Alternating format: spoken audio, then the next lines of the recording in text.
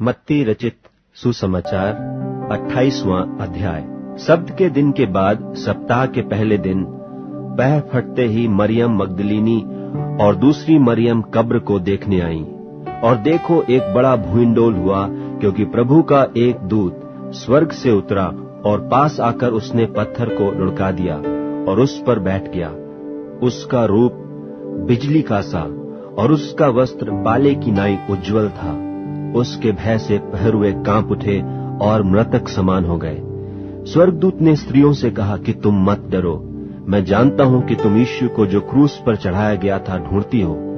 वह यहाँ नहीं है, परंतु अपने वचन के अनुसार जी उठा है। आओ, यह स्थान देखो जहां प्रभु पड़ा था, और शीघ्र जाकर उसके चेलों से कहो कि वह मृतकों में से जी उठा है, और देखो, वह तुमसे पहले गलील को जाता है, वहां उसका दर्शन पाओगे। देखो, मैंने तुमसे कह दिया।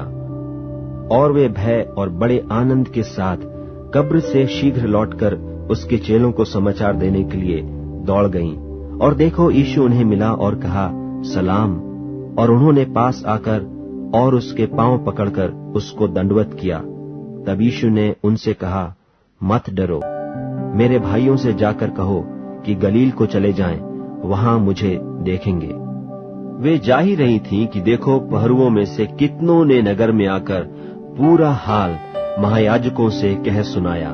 तब उन्होंने पुरनियों के साथ इकट्ठे होकर सम्मति की और सिपाहियों को बहुत चांदी देकर कहा कि यह कहना कि रात को जब हम सो रहे थे तो उसके चेले आकर उसे चुरा ले गए, और यदि यह बात हाकिम के कान तक पहुंचेगी तो हम उसे समझा लेंगे और तुम्हें जोखिम से बचा लेंगे। सो उन्होंने रुपये लेकर जैसा सिखाए गए थे वैसा ही किया, और यह बात आज तक यहूदियों में प्रचलित है। और 11 चेले गलील में उस पहाड़ पर गए जिसे यीशु ने उन्हें बताया था, और उन्होंने उसके दर्शन पाकर उसे प्रणाम किया, पर किसी किसी को संदेह हुआ।